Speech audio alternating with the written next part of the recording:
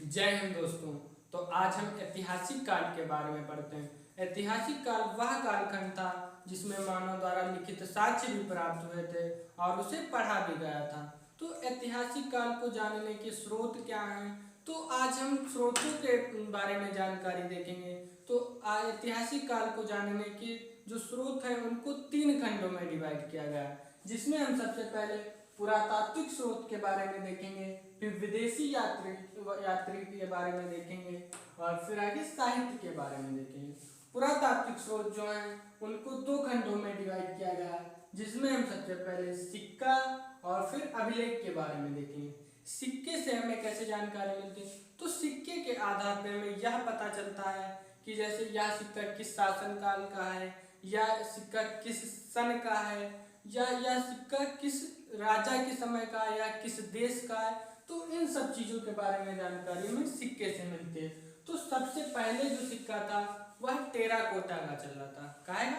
Terracotta का। Terracotta पक्की मिट्टी को बोला जाता है और यह सिक्का जो था यह सिंधु सभ्यता में चला था। और दूसरा सिक्का हम देखेंगे आहत या पंचमार्क। आहत या पंचमार्क जो सिक्का था यह मौर्य काल में चला और यह जो सिक्का था यह धातु का सबसे पहला सिक्का था। और इस मौर्य काल में जो है पर्ण नाम का भी सिक्का चला जो कि चांदी का था। तीसरा हम देखेंगे शीशे का सिक्का। शीशे का जो सिक्का था यह सातवाहन काल में चला। शीशे का सिक्का सातवाहन काल में चला। चौथे नंबर पे हम देखेंगे सोने का सिक्का। सोने का जो सिक्का था यह यूनानी शासकों के द्वारा चलवाया गया। सोने का सिक्का जो था यह यूनानी शासकों के द्वारा चलवाया गया। अब 5वें नंबर पे हम देखेंगे शुद्ध सोने का। शुद्ध सोने का सिक्का जो था वह कुषाण शासकों के द्वारा चलवाया गया था। शुद्ध सोने का सिक्का कुषाण शासकों के द्वारा चलवाया गया था। 6 नंबर पे जो है अशुद्ध सोने का सिक्का। अशुद्ध सोने का सिक्का जो है गुप्त काल में चला। गुप्त काल में चला। अब इसे गुप्त काल में मतलब कि अशुद्ध सोना क्यों बोलते थे? तो गुप्त काल में जो है सोने के सिक्कों का उपयोग ज्यादा मात्रा में होने लगा। जब ज्यादा मात्रा में होने लगा तो समझ सकते हैं कि मान लो उपभोग ज्यादा है और उसका उत्पादन कम है तो उसमें मिलावट होने लगी, इसलिए इसे अशुद्ध सोने का सिक्का बोलते हैं। और इस गुप्त काल में जो है और भी कई तरीके के सिक्के चले, जैसे मयूर शैली का सिक्का और मयूर शैली का सिक्का, चांदी का सिक्का और कौड़ियों का भी उपयोग मौर्य काल में हुआ था। अब आगे देखेंगे असरफी, रुपया और दाम। ये जो सिक्के थे यह शेरशाह सूरी ने चलवाए थे। ये सिक्के शेरशाह सूरी ने चलवाए थे। ये जो असरफी का सिक्का था ये सोने का था और रुपये का जो सिक्का था यह चांदी का था। दाम का जो सिक्का था यह तांबे का था। असरफी का जो सिक्का था यह अमीर लोगों के लिए बनवाया गया था और जो रुपया था यह मतलब कि मीडियम लोगों के लिए बनवाया गया था। तीसरा जो दाम था यह गरीब लोगों के लिए बनवाया गया था और यह तांबे का सिक्का था। अब आगे हम देखेंगे अभिलेख। अभिलेख जो है यह पत्थरों पे मतलब कि गोद कर लिखना अभिलेख कहलाता है। पत्थरों पर गोद कर लिखना अभिलेख कहलाता है। अभिलेख जो होते हैं वह 4 प्रकार के होते हैं और उस समय मतलब प्राचीन काल में जो अभिलेख थे वो 2 अभिलेख, शिलालेख और स्तंभलेख ज्यादा फेमस होते थे।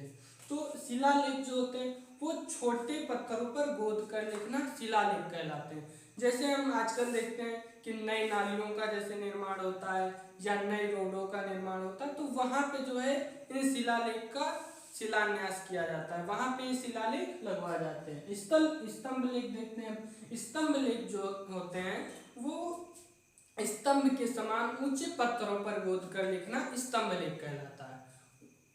मतलब कि पत्थर जो होते हैं वो खंभे के समान ऊंचे पत्थरों पर लिखना स्तंभ लेख कहलाता है। तीसरे नंबर पे हम देखेंगे गुफा लेख। गुफा लेख जैसे मान लो कि एक पहाड़ है और उसको अंदर से मतलब खोखला करके उसकी गुफा बना दी जाए और उसकी दीवारों पर लिखना गुफा लेख कहलाता है। गुफा लेख कहलाता है। उसकी दीवारों पे मान लो कोई सूचना लिख दें या कुछ लिखवा दिया जाए तो उसे गुफा लेख कहलाते हैं।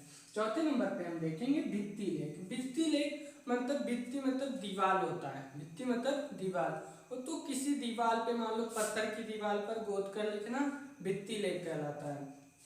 आजकल जो है दीवारों पे जैसे लिखा जाता है तो दीवारों पे आजकल पेंट करके लिखा जाता है। जैसे कोई एडवर्टाइजमेंट करवाना है तो वो दीवारों पे लिखा जाता है और वो भी पेंट के द्वारा लिखा जाता है। अब आगे हम देखेंगे विदेशी यात्री।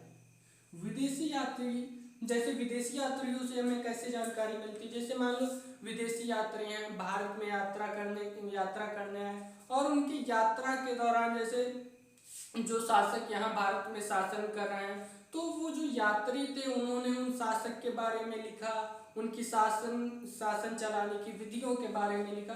तो उन सब जानकारियों से हमें इतिहास के बारे में जानकारी मिलती है कि वो राजा कैसे थे या शासन कैसे चलाते। तो इन सब चीज़ों के बारे में हमें जानकारी मिलती है विदेशी यात्रियों से।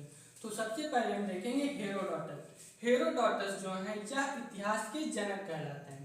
हेरोडोटस इतिहास के जनक कहलाते हैं और इन्होंने जो बुक लिखी थी वह हिस्टोरिका थी। हिस्टोरिका नामक बुक लिखी थी। और दूसरा हम देखेंगे टालमी। टालमी जो है इन्होंने जियोग्राफिका की रचना की। जियोग्राफिका की रचना की। तीसरे नंबर पे हम देखेंगे मेगस्थनी। मेगस्थनी जो थे इन्होंने इंडिका की रचना की। इंडिका की रचना। चौथे नंबर पे हम देखेंगे अल-बरूनी। अल-बरूनी जो थे ये किताबुल हिंद की रचना की। किताबुल हिंद की रचना की। चौथा हम देखेंगे फाहियान और 6 नंबर पे हम देखेंगे हानसांग। ये जो मतलब यात्री थे ये चीनी यात्री थे। कौन? चीनी यात्री थे, चाइना से आए थे। फाहियान जो थे या फोयू की नामक पुस्तक लिखी, फोयू की।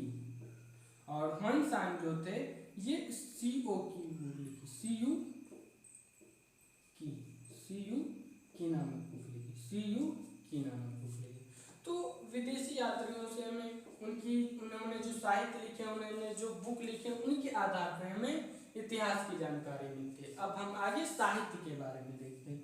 साहित्य जो है ये भारतीय साहित्य, मतलब कि भारत में कैसे हमें भारतीय साहित्य से हमें कैसे जानकारी मिलती है।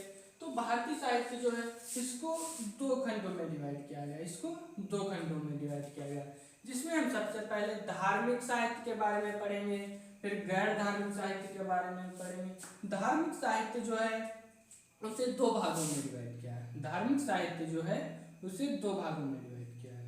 एक गैर ब्राह्मण, एक आएगा गैर ब्राह्मण और दूसरा ब्राह्मण साहित्य। पहला गैर ब्राह्मण साहित्य और दूसरा ब्राह्मण साहित्य। तो गैर ब्राह्मण साहित्य जो है वो मतलब कि हिंदू धर्म से रिलेटेड नहीं है और ब्राह्मण साहित्य जो है यह हिंदू धर्म से रिलेटेड है। जो गैर ब्राह्मण साहित्य में हम देखेंगे जैन धर्म और बौद्ध धर्म के बारे में देखेंगे। जैन धर्म और बौद्ध धर्म के बारे में देखेंगे। जैन धर्म का साहित्य अगर हम देखें तो जैन धर्म का जो साहित्य है उसे आगम कहा जाता है। आगम कहा जाता है। इसके जो साहित्य है उनको देखेंगे तो इनके साहित्य की जो बुक्स हैं उनमें 12 अंग, 12 उपांग, आचरण सूत्र, कल्प सूत्र, भगवती सूत्र। कौन कौन? 12 अंग, 12 उपांग, आचरण सूत्र, कल्प सूत्र, भगवती सूत्र। तो आदि ये सब जो है ये जैन धर्म के साहित्य हैं। और दूसरा हम देखें बौद्ध धर्म। तो बौद्ध धर्म जो है इसकी क्या क्या साहित्य है? तो इसकी 3 मुख्य बुक हैं। बौद्ध धर्म की 3 मुख्य बुक हैं जिन्हें त्रिपिटक कहा जाता है। इसकी सबसे पहली जो बुक है वह विनय पिटक है। यह जो बुक है यह सबसे छोटी बुक है। यह बुद्ध धर्म की सबसे छोटी बुक है और इस मतलब की बुक में जो है वह बुद्ध धर्म के प्रवेश की चर्चा है। दूसरे हम देखेंगे सुत्त पिटक जो है यह बुद्ध धर्म की सबसे बड़ी पुस्तक है और इस बुक को इंसाइक्लोपीडिया कहा जाता है। इंसाइक्लोपीडिया मतलब कि इस धर्म से रिलेटेड कोई भी वर्ड की जानकारी अगर लेना है या किसी टॉपिक की जानकारी लेना है तो वह सुत्त पिटक में मिलेगा। और तीसरा हम देखेंगे अभिधम्म पिटक जो है इसमें महात्मा बुद्ध के दार्शनिक ज्ञान की चर्चा है। और ये तीनों बुकों के मतलब की जोड़ी को क्या कहते हैं? त्रिपिटक। और इनकी इस धर्म की और भी बुक्स हैं, जैसे ललित विस्तार। ललित विस्तार में जो है महात्मा बुद्ध के पूरे जीवनी की रचना है, मतलब उनका जन्म कब हुआ, उनकी मृत्यु कब हुई, तो A to Z सारी जानकारी ललित विस्तार में है, बुद्ध भगवान से रिलेटेड। दूसरी हम देखेंगे अंगुत्तर निकाय। अंगुत्तर निकाय जो है इसमें 16 महाजनपद की चर्चा है, इसमें 16 महाजनपद की चर्चा है, 16 महाजनपद की चर्चा है, जो कि हम आगे देखेंगे। और तीसरी अगर हम बुक देखें कि तो जातक। जातक जो है इसमें महात्मा बुद्ध की 200 कहानियों का विवरण है, इसमें महात्मा बुद्ध से रिलेटेड 200 कहानियों का विवरण है। आगे हम देखेंगे ब्राह्मण। ब्राह्मण जो है ब्राह्मण साहित्य के बारे में देखेंगे। ब्राह्मण साहित्य, ब्राह्मण साहित्य में हम वेद, उपवेद, वेदांग, पुराण, उपनिषद, महाकाव्य आदि सब के बारे में पढ़ेंगे, जो कि हम आज के लिए ज़्यादा बड़ा वीडियो हो जाएगा, इसलिए हम आज के लिए बस इतना ही रखते हैं। तो आगे के बारे में हम कल की वीडियो में देखेंगे। Thanks for watching.